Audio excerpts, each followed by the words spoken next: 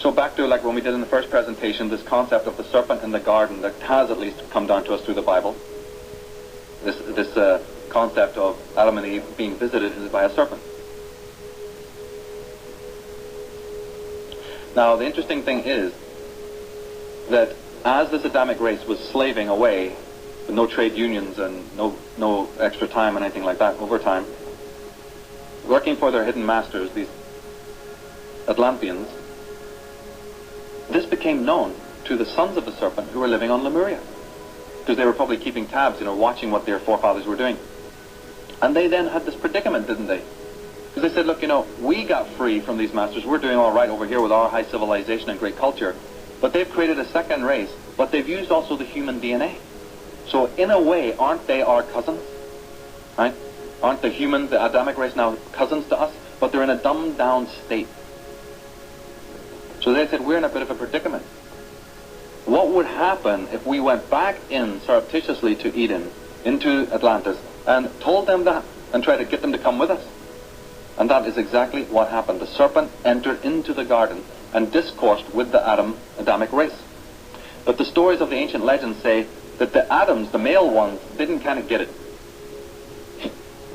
It didn't make too much sense to them. But the Eves really got into it. Right? And they were very responsive to what the sons of the serpent were saying. And so would you, because they said that they were comely and attractive, had magical powers, tremendous intellect, but a divine spiritual ray, right, of great wisdom. And they came unto the daughters and they talked to them, and the daughters of Eve said, hey, this looks like a good deal, let's get going, pack up. And they dragged the Adams with them. I've had some women say, why did they even bother doing that? But you know how things are, right? So anyway, a lot of them did leave.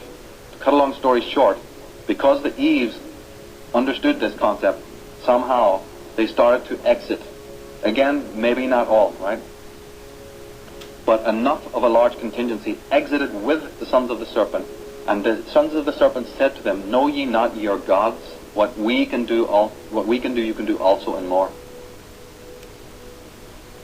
So the coming of the serpent into the garden has been completely put before us opposite than what it was, for good reason, and it doesn't make any sense. But the fact that it hasn't made any sense doesn't seem to bother anyone. Right? Because women are suppressed, they hold no office, everything works. But the very fact of the tree and the serpent, like I said before, goes back to the whole concept of Egypt and the mysteries of what? This very symbol of the tree and the serpent is your DNA, and the initiation back into that knowledge that was sequestered from you. And isn't it interesting, scientists will not like this one, isn't it interesting that women were the ones who took to that knowledge first? Isn't it always been that science was a male patriarchal thing that's been put before us? Science and the matriarchy are very connected. There's a long story about how science and the rise of science in the world is connected to the female matriarchal system. It's been not covered a lot in our societies. Now, because the females, one more anecdote about this, is because the Eves were originally the most receptive to their teachers, the sons of the serpent teachers, that was never forgotten by the sons of the serpent. And later when they got to Lemuria, the Eves were given positions of superiority. They were what was called the beloved. And that is where we get the priestess classes and the matriarchal powers coming from. The fact that women were keepers of the secrets, initiators, right, and mystics. Where we get this from comes from Lemuria and the connection to Oceana and the sons of the serpent. That initiating power. Because it was never forgotten that they were the beloved ones. You know in the Bible when it talks about Mary Magdalene being the harlot? That word harlot is a mistranslation of a word called herodulai. Herodulai, I think in Greek. And you know what herodulai means? Sacred or beloved one. Right? And Jesus, right, was meant to be the immaculate child, right? What's this connection again? And we find in the Bible. By the way, the Egyptian hieroglyphic for woman was, guess what? A serpent. Then Madame Helena Blavatsky of the Theosophical Society said something, because she was on the ball with all of this. The appellation Satan in Hebrew and adversary belongs by right to the first and cruelest adversary of all other gods, Jehovah, not in the serpent which spoke only words of sympathy and wisdom. See that? What she's been saying in her books? Now also, when you read this term, born of a virgin, since we're talking about the Bible, we have to understand that this word immaculate conception is another covered term for genetic conception, meaning without sexuality. This is a euphemism for conception between a woman and a member of the serpent race. Remember I said that the females couldn't conceive sexually? When they went to Lemuria, that was changed. The sons of the serpent, realizing that the Adams and Eves should have congress together, changed the DNA of the female so that they could mate. But certain times, it was specific women that the sons of the serpent themselves would connect with. And any time that that ever happened, that woman was always known as the Virgin Queen, right? Or the Virgin, when she was not with one of the Adamic race, but with one of the sons of the serpent race. And should there be offspring from that, that being was always called the immaculately conceived. Right. So Jesus Christ, Alexander the Great, everybody in the ancient times were saying they were that. Maybe a lot of them were. So just bear that in mind, that when you hear these covered terms, immaculate conception, it means some form of DNA or genetic conception, or at least a connection of congress between one of the races who would have known this. Now we see motifs of this turning up all over the place. Like I said, because of time constraints, we don't have time. I just have one picture for you. Based on what we've been saying, just look at this famous logo. You notice how this is a woman that looks very much like a clone? See that? A cloned girl. Then you have what? Look at this. A huge red serpent, right? A dragon. You have a tree beside her, right? And then you have a black heart.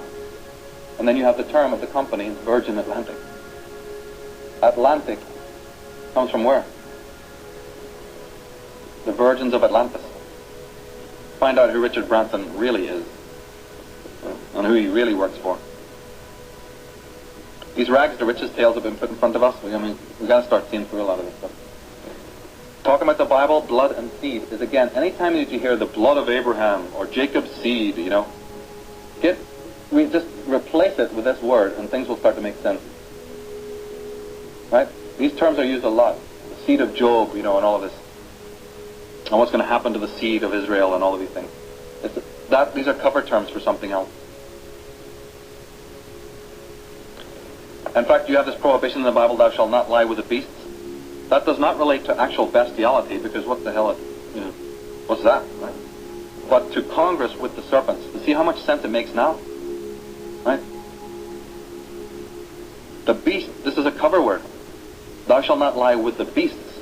Thou shalt not lie with the serpent. In the Bible. They don't like that. Of course not. Remember when Moses came in front of God at the burning bush and said, who are you? And God said, I am the God of thy fathers.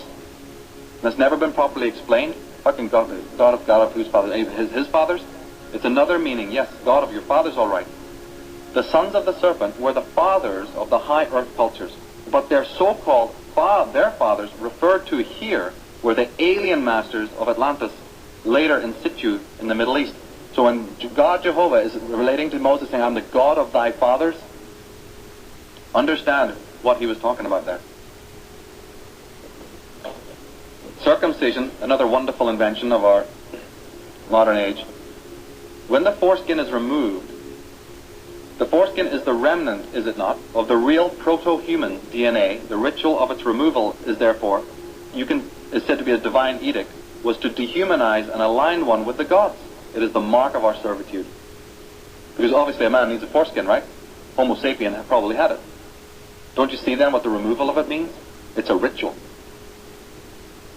To take away, to literally say, we remove the real, it's just a symbol, but that was a specific symbol. And taking it away realigns you with the alien DNA and the genetic concept.